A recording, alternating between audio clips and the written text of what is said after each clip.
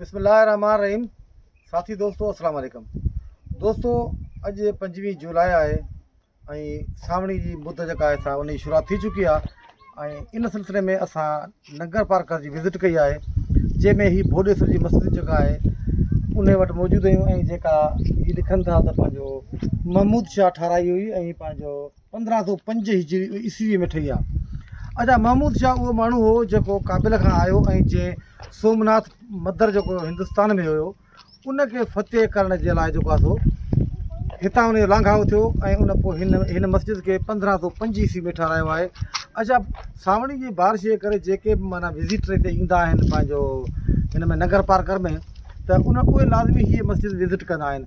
अच्छा, एॾो त माना बारिश जे करे कच थी वियो आहे, तव्हां सॼो ॾिसी सघो था त माना सॼा सीनरी लॻी पिया ज़बरदस्त जेको आहे सो माहौल आहे ॾखण जी हवा हिते छूट हले पई, गर्मी कंहिं क़िस्म जी कोन्हे। जेके दोस्त विज़िट करणु चाहिनि था उहे जेको आहे सो इलाइक़ा विज़िट कनि जिन में।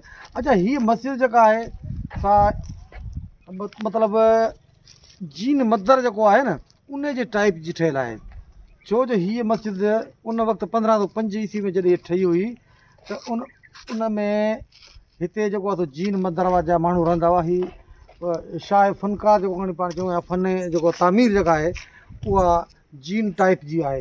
हिन में 3 गुंबद आहिनि, हिकिड़ो मेन गुंबद आहे चोरस टाइप जो ॿिया जेके 3 गुंबद गोल नमूने जा, ॿ गुंबद गोल नमूने जा आहिनि बहितरीनु। अच्छा, हिन में जेको पथर इस्तेमालु कयो आहे उहो साॻियो इस्तेमालु कयो आहे जेको जीन वारनि जे मंदरनि में इस्तेमालु थियल आहे। उहो पथर जेको आहे गुजराती पथर लॻल आहे हिन में।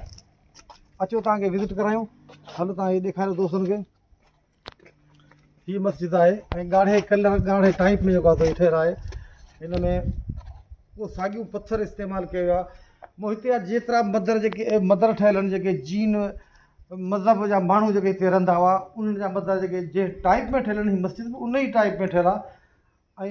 पथर उहो साॻियूं इस्तेमालु कयो आहे। तव्हां हिते चेक करे सघो था त हीअ जेको माना पथर आहे उहो साॻिए क़िस्म जो जेको आहे पथर इस्तेमालु कयो आहे। हीअ मथे जेको आहे गुंबद जेको आहे हीअ ॻाढ़े कलर में माना पथर यूज़ कयो वियो आहे। हिन जो हीअ मेन आहे माना गुंबद। हिन में टोटल जेके 3 गुंबद आहिनि, हिकिड़ो वॾो 2 नंढा ठहियल आहिनि हिकिड़ी ज़बरदस्त नंढड़ी मस्जिद तारीख़ी विरसो आहे असांजो। हीअ जेका असां हिन वक़्तु माना सीरूं पइजी वियूं आहिनि, कुझु ॾार पइजी विया आहिनि। असां हुकूमत सिंध खे आर्कियोलॉजी डिपार्टमेंट खे गुज़ारिश कंदासीं त अहिड़ियूं जेके तारीख़ी जॻहियूं आहिनि उन्हनि ते ध्यानु ॾिनो आहे। जेके विज़िटर विज़िट करणु चाहिनि था नगर पार्कर खे उहे हींअर विज़िट करे सघनि था। मौसम बहितरीनु आहे, बारिशूं पइजी चुकियूं आहिनि।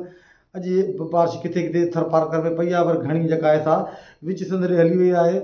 हिते गाह बिल्कुलु सावा थी विया आहिनि फसल माण्हुनि काहे छॾिया आहिनि माल जो चारो जाम आहे। उन करे जेके बि जानवर मुंहिंजे नज़र मां गुज़रिया, मुंहिंजी गाॾी जे अॻियां ॾिठुमि त मेहूं हुजनि इहे पंहिंजो ख़ासि तौर ते ढगियूं या बकरियूं उहे बिल्कुलु मतारा तवा तवा लॻा पिया माण्हुनि जे मुंहंनि ते मुर्कूं आहिनि। सो दोस्तो इहा जेका मुख़्तसर मालूमात हिन भोडेसर जी मस्जिद जी जेका तव्हां दोस्तनि जे अॻियां पेश कईसूं इंशाअल्लाह ताला तव्हां जेको आहे सो हिन वीडियो खे लाज़मी ॿुधंदा दोस्तनि ॾे शेयर कंदा। तव्हां दोस्तनि जी वॾी महिरबानी।